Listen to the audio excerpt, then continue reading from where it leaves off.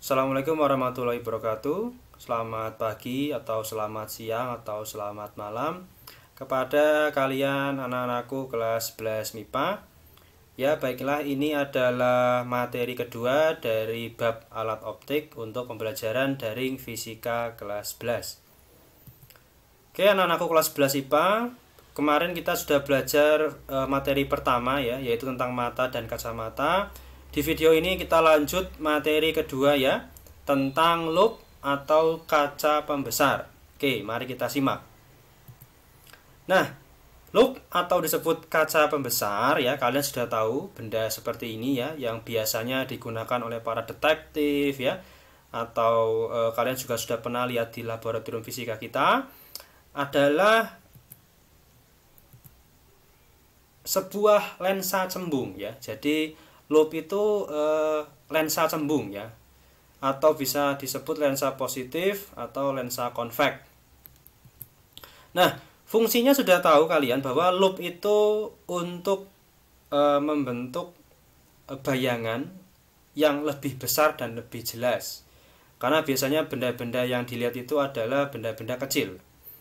Mungkin waktu kalian waktu SD atau SMP pernah juga menggunakan loop untuk membakar ya, membakar daun atau kertas menggunakan memanfaatkan sinar cahaya matahari ya. Kenapa bisa? Karena sifat lensa cembung atau loop itu salah satunya adalah konvergen ya. Konvergen itu artinya sinar-sinar yang dibiaskannya itu mengumpul menjadi satu titik. Nah, maka dari itu ya, karena sinar bersifat konvergen tadi ini ya. Nah, ada 1, 2, 3, 4, 5 pembentukan bayangan pada loop. Nah, silakan nanti kalian dipahami ya bahwa ini adalah beberapa pembentukan bayangan yang dapat terjadi pada loop. Kita akan fokus beberapa gambar saja karena ini berkaitan dengan cara kita nanti dalam mempelajari kinerja loop ini. Kita fokus yang ini, gambar yang nomor terakhir. Jadi tadi bahwa bayangan yang dibentuk itu harus lebih besar dan lebih jelas.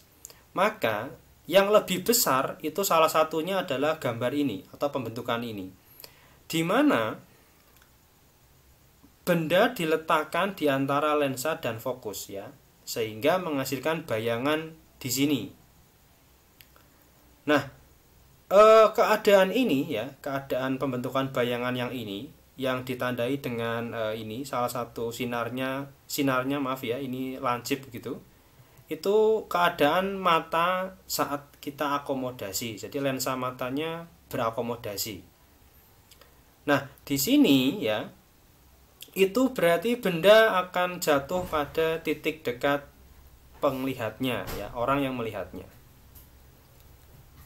Lalu gambar yang atasnya ya, ini terjadi ya ketika benda diletakkan tepat ya, benda tepat di fokus loopnya, sehingga akibatnya bayangan yang terbentuk bayangan yang terbentuk berada di tak terhingga.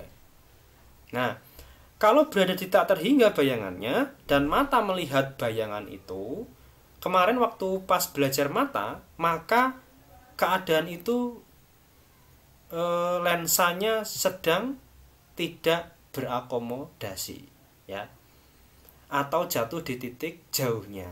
Nah ya, silakan pelajari lagi kemarin yang materi mata dan kacamata ya, yang video pertama. Nah, pembentukan bayangan yang lebih besar dan lebih jelas ini juga berkaitan dengan perbesaran. Jadi lebih besar itu perbesaran linier dan lebih jelas itu dinamakan perbesaran anguler ya. Jadi ini namanya perbesaran linier, kalau yang ini anguler ya. Linier itu perbesaran secara ukuran, kalau lebih jelas itu secara perbesaran sudut. Nah, atau disebut anguler. Nah, di sini kita akan bahas yang perbesaran anguler atau perbesaran sudutnya. Nah, ini ada dua gambar, di mana gambar yang A itu menunjukkan mata tanpa loop. Oke? Ya, misalkan bendanya di sini yang berjarak PP ya, di dekat mata. Lalu gambar B menunjukkan kita melihat dengan loop. Nah, ini jadinya jarak benda ya, karena S, jarak benda ke lensa. H itu tinggi benda. Nah, perbesaran anguler didefinisikan sebagai perbandingan sudut buka mata dengan loop ya, dibandingkan dengan perbandingan sudut buka mata tanpa loop atau beta per alfa. Ini ya.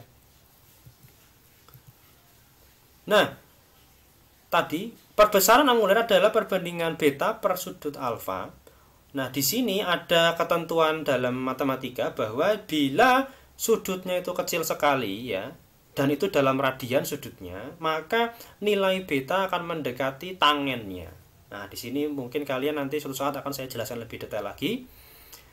Nah, maka dari itu, karena nilainya sama dengan tangennya, jadi tangen itu kalian tahu ya, tangen itu berarti perbandingan. Nah, kalau ini tangen beta, berarti perbandingan depan per samping ya, tangen ya, depan per samping, berarti H per S. Ini ya, H per S dibagi tangen alfanya. Berarti kalau alfa yang ini depan per samping, berarti H per PP, dan kita dapatkan PP per S. PP itu titik dekat mata, kalau S jarak benda ke loopnya.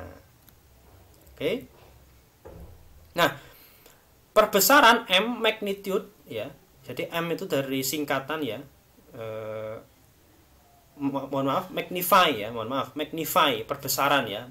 Magnify itu berarti perbesaran. Silakan cek di kamus bahasa Inggris ya. Siapa tahu saya yang salah. Itu sama dengan PP per S ya. Nah, PP itu titik dekat mata, punctum proximum ya, kemarin di mata dibagi S. S itu jarak benda. Oke, lanjut. Nah, sekarang bagaimana keadaannya ya, perbesaran yang terjadi bila kita menggunakan loop dengan mata tidak berakomodasi. Oke, kita simak materinya. Nah, kalau kita menggunakan loop dengan mata tidak berakomodasi, maka bayangan akan jatuh di titik jauhnya. Ya, kemarin kamu baca lagi yang materi mata ya. Kalau tidak berakomodasi berarti di titik jauhnya. Maka bendanya difokus. Nah, seperti tadi yang gambar pembentukan bayangan ya. Begitu, kalau bendanya difokus, bayangannya di tak terhingga atau di titik jauhnya. Nah, persamaan optik ya, 1/f sama dengan 1/s plus 1/s aksen ya, ini kita masukkan bahwa S aksen ya, berarti bayangan, ini bayangan jatuh di titik jauh, min PR. Kenapa min? Nah, kemarin buka lagi ya materinya, ingat lagi, karena bayangannya di depan lensa ya. Coba tadi juga lihat gambar ya, gambar yang tadi tuh, yang di ini yang sebelumnya tadi ya, bisa kamu lihat lagi nanti di back videonya. Maka S aksen jadi min PR ya. Nah, kita aljabar seperti biasa, matematis biasa. Kita temukan persamaan ini, oke? Tadi kan perbesaran anguler adalah PP per S. Nah, 1/S ini loh, 1/S kita substitusi dengan ini. Paham ya? Nah, 1/S-nya diganti ini. Nah, jadinya seperti ini. Nah, inilah perbesaran untuk loop untuk mata yang tidak berakomodasi. Nah, di mana catatan penting ya, PP dan PR-nya menyesuaikan kondisi matanya. Jadi kalau misalkan matanya hipermetropi, ya PP-nya berapa ya? Kalau matanya normal, PP-nya berapa, PR-nya berapa. Nah, silakan buka lagi video yang pertama ya, bagaimana PP dan PR untuk mata hipermetropi, miopi, mata normal. Nah, dibuka lagi ya video yang pertama. Nah, ini tugas yang pertama ya, nomor 1. Silakan nanti dikerjakan di foto, diupload ya. Ini yang nomor 1. Nah, sekarang yang materi menggunakan loop tapi matanya berakomodasi. Oke. Nah, bagaimana itu? Nah, kalau matanya berakomodasi berarti bayangannya jatuh di titik dekatnya ya, berarti di min PP. S aksen sama dengan min PP. Ya, jarak bayangan di titik dekatnya. Nah, sama dengan tadi ya, penurunan rumusnya. Nanti akan kita dapatkan persamaan perbesaran ya untuk loop dengan mata berakomodasi ya, ini persamaannya. Sama dengan tadi ya. Di sini tidak ada unsur PR ya, maka PP-nya saja, menyesuaikan kondisi matanya. Jadi kalau matanya normal, PP-nya berapa, PR-nya berapa ya. Buka lagi video pertama pokoknya kalian ya, baca-baca nonton lagi. Nah, terus kalau matanya miopi, PP-nya berapa, PR-nya berapa ya, sudah saya jelaskan semua di video pertama ya. Baca lagi, tonton lagi, pahami lagi. Oke? Nah, gitu. Nah, ini yang nomor 2 ya, ini nomor 2. Ya, ini soal nomor 2, nomor 3 dan nomor 4. Oke, jadi anak-anakku 11 IPA, ada 4 soal yang harus kamu kerjakan, foto dan upload ya. Jangan lupa manfaatkan waktu liburan di rumah dengan tetap belajar fisika.